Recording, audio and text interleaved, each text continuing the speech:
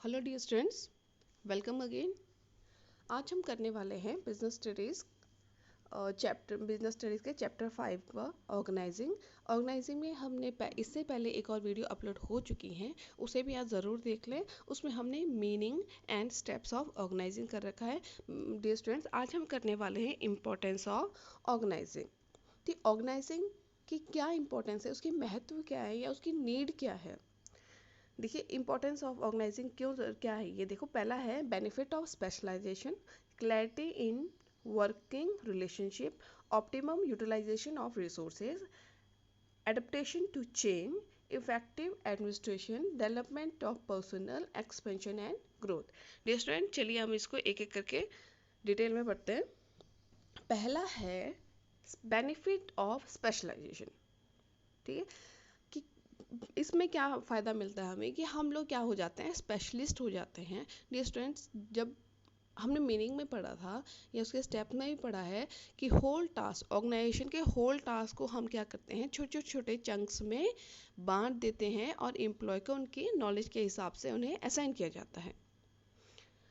ठीक है, देखिए, organisation involve division of work into small task and organise each assign each task to the employee on the basis of their skill।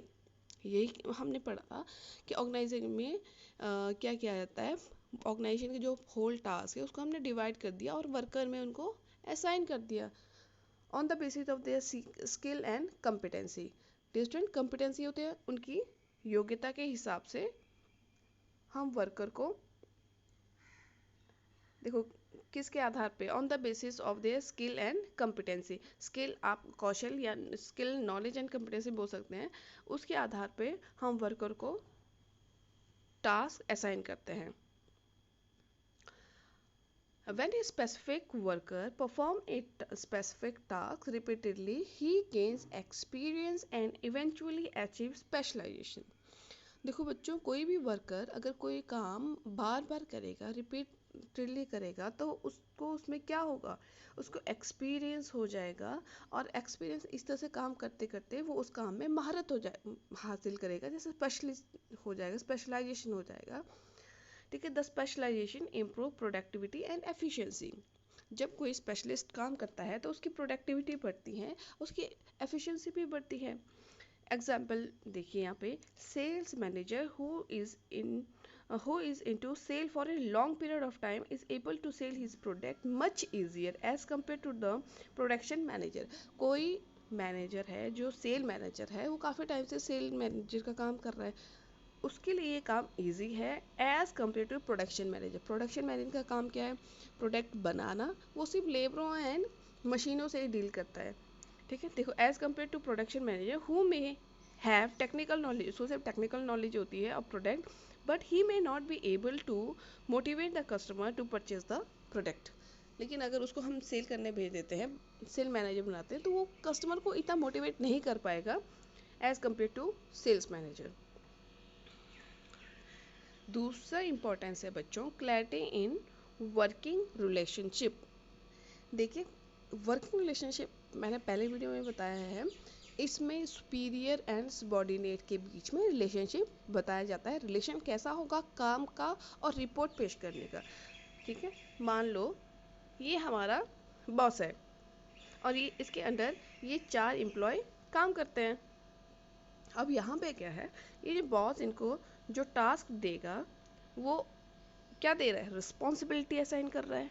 और इन सबको पता है mister x ने हमें ये काम सौंपा है और ये क्या करेंगे, अपनी रिपोर्ट, काम की रिपोर्ट इस व्यक्ति को ही देंगे। ठीक है, तो ये क्लियर है, ये इनको काम असाइन करेगा और ये इसको क्या भेजेंगे, रिपोर्ट भेजेंगे। तो यहाँ पे क्लियर हो जाता है, इसी को बोलते हैं working relationship. Organising clarifies the authority and responsibility of individual of different departments. हर डिपार्टमेंट में यही होता है, तो हर इंडिविजुअल को ये क्लियर होता है कि क्या उसकी अथॉरिटी है, क्या उसकी रिस्पॉन्सिबिलिटी है। Each employee know from whom to receive instruction and whom to report. जैसे मैंने अभी कहा, ये क्लियरली बता देता है किसका हमें आदेश सुनना है और किसको हमें रिपोर्ट करनी है। क्लियर?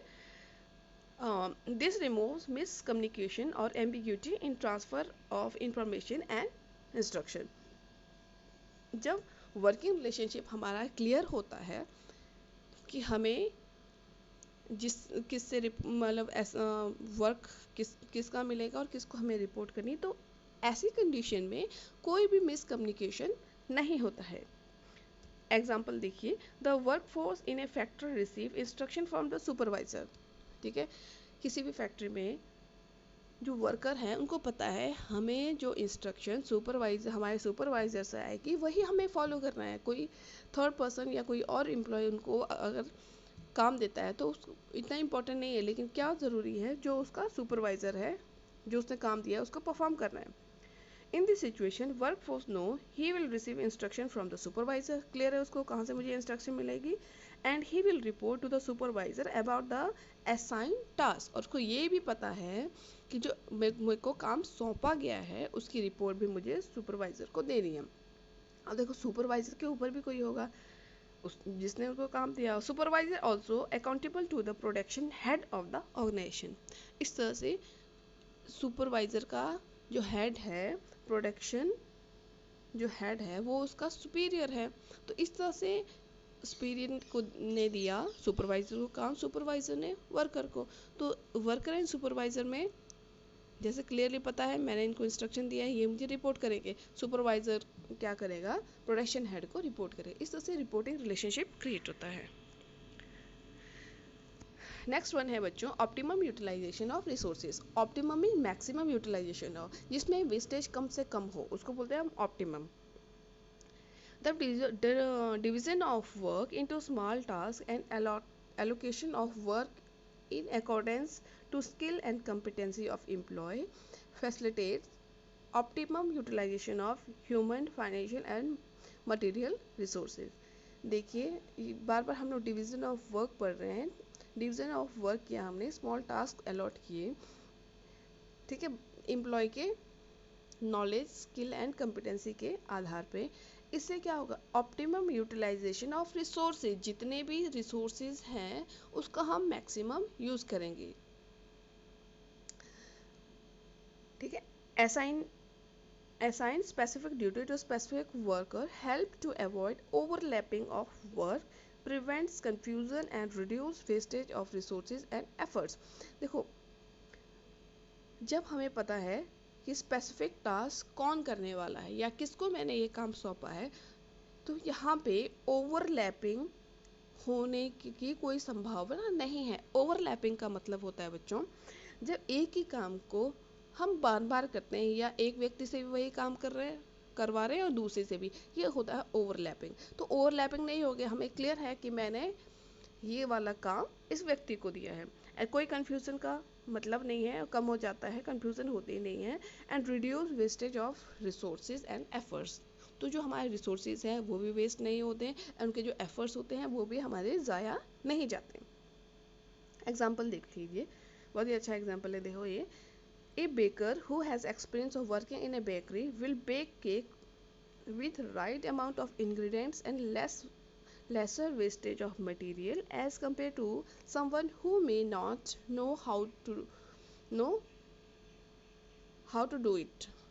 ठीक है, एग्जाम्पल देखिए, क्या है, एक बेकर है, बेकरी में काम कर रहा है काफ़ी लॉन्ग टाइम से, तो उसको पता है, मान लो उसको केक बनाना है तो उसको हर चीज़ का प्रपोर्शन कितना लगना है, कितनी चीनी, कितना मैदा, इस तरह से हर चीज़, सारे इंग्रेडिएंट के बारे में उसको नॉलेज है। अगर मैं इतना क्वांटिटी डालता हूँ तो ये केक मेरा परफेक्ट बनेगा। एज़ कम्पेयर टू अगर कोई नया जाता है, उस काम को नया करता है तो उसको इतना एक्सपीरियंस नहीं होगा। तो यही होता है ऑप्टिमम यूटिलाइजेशन ऑफ रिसोर्सेज, की रिसोर्सेज को मैक्सिमम यूज़ करना है। जैसे नया वर्कर जाएगा बेक करने के लिए, वो बहुत सारी चीज़ें वेस्ट भी करेगा, उतना अच्छा बनाएगा भी नहीं। नेक्स्ट है बच्चों एडेप्टेशन टू चेंज। देखो एनवायरनमेंट चेंजेबल होता है, डायनेमिक है, वो कभी भी स्टैटिक नहीं होता, एक जैसा नहीं रहता।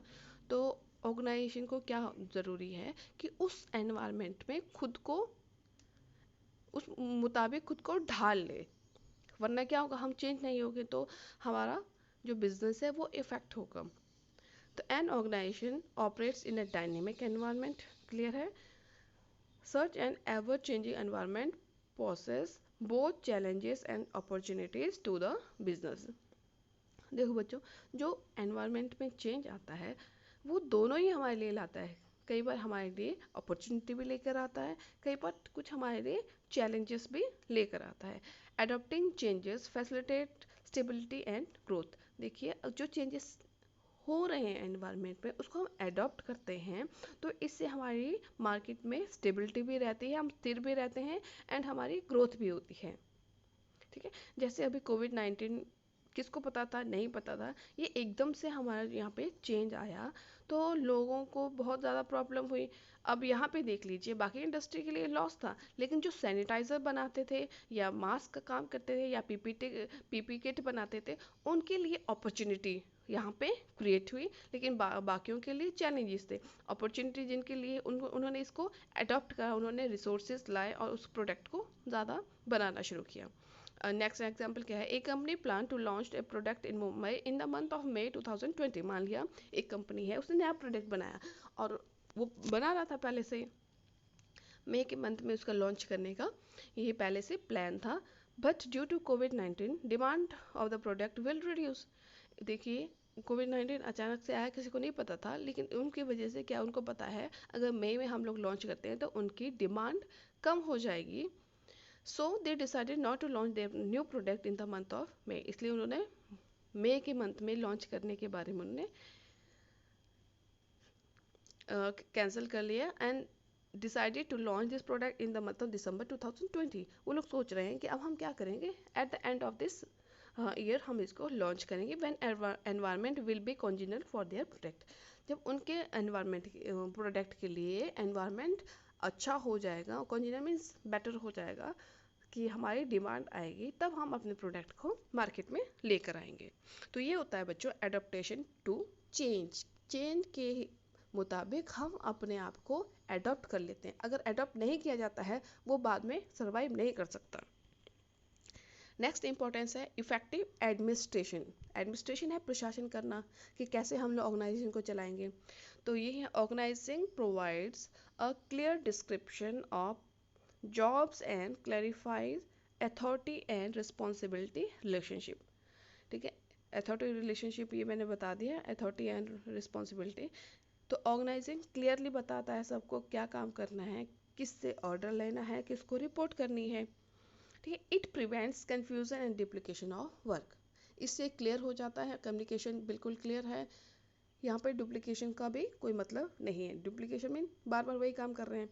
The effective and efficient execution of work bring in effective administration.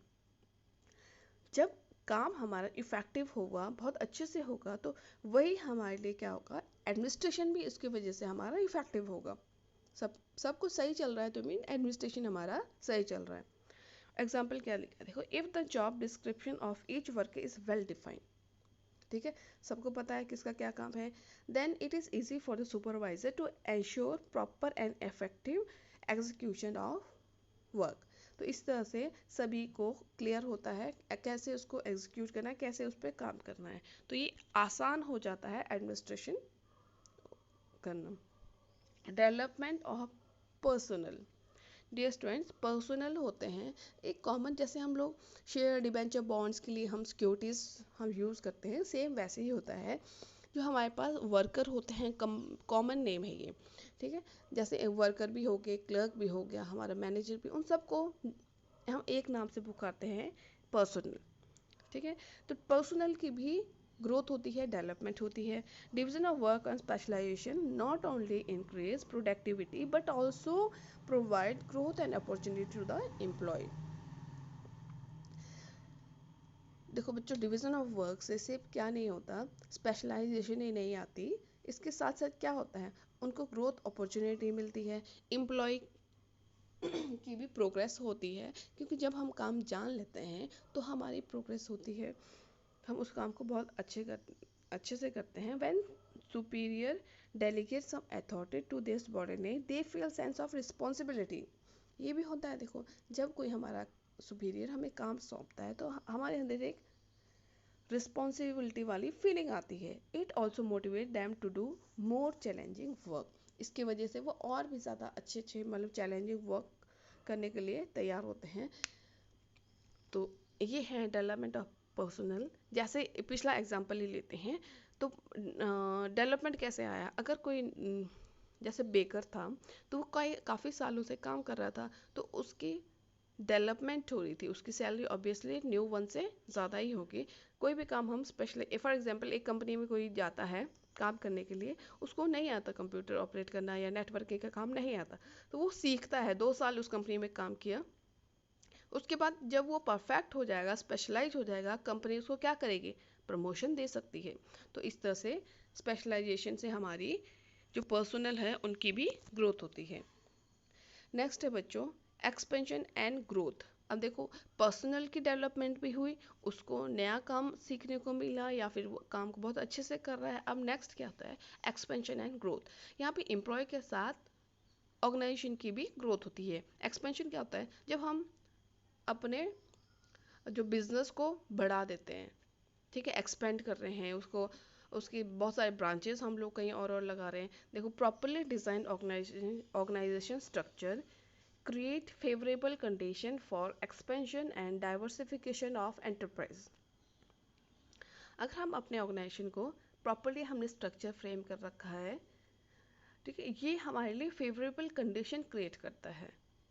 किस लिए? Expansion diversification of enterprise. तो हमारे जो बिजनेस है उसको बढ़ावा देने के लिए, फॉर एग्जांपल पहले हमारे पास मान लो एक ही यूनिट थी, एक जगह हमारा बिजनेस हम लोग करते थे। जब हमारे एम्प्लॉय स्पेशलाइज हो गए, अच्छा काम करने लगे, मैक्सिमम प्रोडक्शन देने लगे, तो इससे हमारे भी ऑर्गेनाइजेशन के लिए भी प्रॉफिट इंक्रीज हुआ। जब प्रॉफिट कंटिन्यू को साल इंक्रीज होता जाएगा, हमारे पास काफ़ी सरप्लस बचेगा। तो उस सरप्लस को हम क्या सोचेंगे? क्यों ना एक और ब्रांच खोली जाए। ठीक है, मान लो अभी हम बेकरी का ही काम करते हैं, तो हम ये सोचेंगे चलिए अब हम कुछ और भी स्टार्ट कर देते हैं, फॉर एग्जांपल एक रेस्टोरेंट खोल देते हैं। तो ये होता है एक्सपेंशन। पहले हमारे पास कोई कम यूनिट थी या छोटी यूनिट थी, उसको बड़ा करना, वो होता है expansion and growth. Organising allow a business enterprise to add more job position. ठीक है, इस तरह से क्या होगा? मोर जॉब, जब नया यूनिट कोई खुलेगा तो ऑब्वियसली वहाँ पे ज़्यादा जॉब पोजीशन होंगी। डिपार्टमेंट्स और प्रोडक्शन लाइन, देख नए नए डिपार्टमेंट हम लोग खोल सकते हैं। जैसे अभी मैंने कहा बेकरी हमारे पास थी, अब हम क्या सोच रहे हैं? एक रेस्टोरेंट भी खोल, 2 डिपार्टमेंट हो गए अब यहाँ पे। और प्रोडक्ट लाइन भी अलग हो सकती है। पहले हम प्रोडक्शन का काम कर रहे थे, बेकरी बेकरी आइटम हम लोग बनाए थे, अब हमने सोचा क्यों ना अब हम रेडीमेड गारमेंट बना दें। ये होता है प्रोडक्ट लाइन, प्रोडक्ट को डिफर करना। It helps in expansion and growth of business. इस तरह से डियर स्टूडेंट्स ऑर्गेनाइजेशन की भी ग्रोथ होती है, उनमें एक्सपेंशन आता है। तो यही थे आज की importance of organising. I hope आपको ये वीडियो पसंद आई होगी, समझ आई होगी। तो डियर स्टूडेंट्स, आपको ये वीडियो पसंद आई तो ज़रूर से लाइक कीजिए, सब्सक्राइब कीजिए, और जल्द ही मिलते हैं नए टॉपिक